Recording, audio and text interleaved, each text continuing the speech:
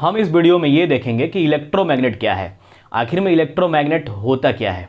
जैसे आप नीचे वीडियो में देख रहे हैं कि इलेक्ट्रोमैग्नेट कैसे काम करता है, इलेक्ट्रोमैग्नेट होता क्या है, इस पे हम डिस्कस करने वाले हैं। इसका पावर कैसे बढ़ा सकते हैं ये भी हम जानेंगे। यानी सीधे अर्थ में ये जानिए कि विद्युत चुंबक जो इलेक्ट्रिक से मैग्नेट बनता है उसे ही हम क्या बोलेंगे, इलेक्ट्रोमैग्नेट। अब यह बनता कैसे है इस पे हम डिटेल्स में डिस्कस करेंगे। तो सबसे पहले मेरे पास एक सॉफ्ट आयरन का कोर होना चाहिए। सॉफ्ट आयरन, इस पे इंसुलेटेड कॉपर वायर को अगर लपेट दिया जाए और एक बैटरी से कनेक्ट कर दिया जाए, यानी इंसुलेटेड कॉपर वायर को लपेट के एक बैटरी से कनेक्ट कर दें, ये है हमारा बैटरी और ये है सॉफ्ट आयरन, ये इंसुलेटेड कॉपर का वायर है। तो जैसे ही एक सॉफ्ट आयरन के ऊपर इंसुलेटेड कॉपर वायर को लपेट देते हैं और स्विच ऑन करेंगे, यहाँ पे अगर हम स्विच जोड़ देते हैं, स्विच जैसे ही ऑन करेंगे तो इस सर्किट में इलेक्ट्रिक करंट फ्लो करेगा और जैसे ही इलेक्ट्रिक करंट फ्लो करेगा तो इसके सराउंडिंग मैग्नेटिक फील्ड क्रिएट होगा और ये जो सॉफ्ट आयरन है यह मैग्नेटाइज हो जाएगा, यानी यह भी एक मैग्नेट की तरफ बिहेव करने लगेगा और इसी पूरे सिस्टम को हम इलेक्ट्रोमैग्नेट कहेंगे। और इसमें अगर हम आयरन के नेल्स लेके जाते हैं तो यह उसको क्या करता है, अट्रैक्ट कर लेता है। यानी हम कह सकते हैं कि जो ये सॉफ्ट आयरन है वह आयरन नेल को अपने तरफ अट्रैक्ट कर सकता है। यही है इलेक्ट्रोमैग्नेट। इसका बहुत सारा यूज है, जैसे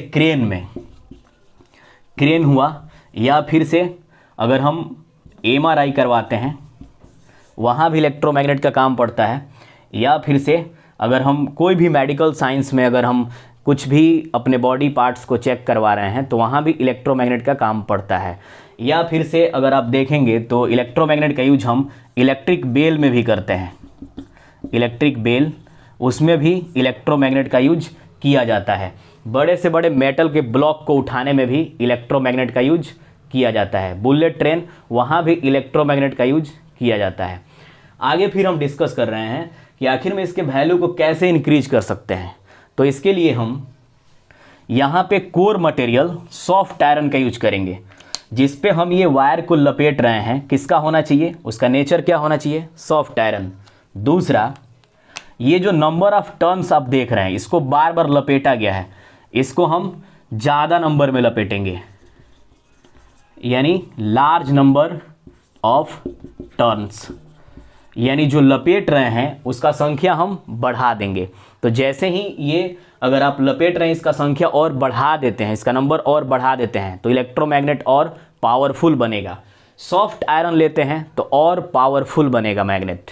फिर से अगर हम इलेक्ट्रिक करंट बढ़ा देते हैं, यहाँ से आप इलेक्ट्रिक करंट इसमें फ्लो कर रहे हैं तो इलेक्ट्रिक करंट मान लीजिए कि यहाँ पे आप 1 एम्पियर फ्लो कर रहे हैं, अगर आप 4 एम्पियर कर देते हैं तो भी इलेक्ट्रोमैग्नेट का पावर क्या होगा, बढ़ जाएगा।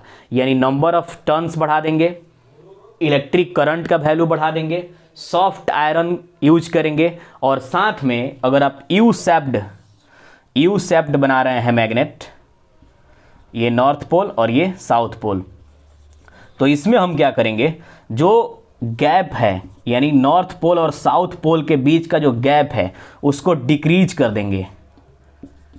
यानी नॉर्थ और साउथ पोल के गैप को डिक्रीज करेंगे तो इलेक्ट्रोमैग्नेट का स्ट्रेंथ क्या होगा, बढ़ेगा।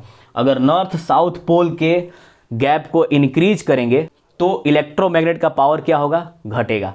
यानी यहाँ पे पोल्स का अगर हम डिस्टेंस डिक्रीज करते हैं तो इलेक्ट्रोमैग्नेट का स्ट्रेंथ इंक्रीज होगा। इस तरह से हम इलेक्ट्रोमैग्नेट बना सकते हैं और उसको समझ सकते हैं कि इसका यूज कहाँ होता है। और हाँ, आप कमेंट सेक्शन में ये कमेंट कीजिए और बताइए कि यहाँ पे कोर मटेरियल हम सॉफ्ट आयरन के जगह स्टील लेंगे तो क्या होगा, और स्टील हम क्यों नहीं लेंगे, सॉफ्ट आयरन ही क्यों लेंगे। सॉफ्ट आयरन से मैग्नेटिक स्ट्रेंथ बढ़ेगा लेकिन स्टील से क्या होगा, ये आप कमेंट करके जवाब दीजिए।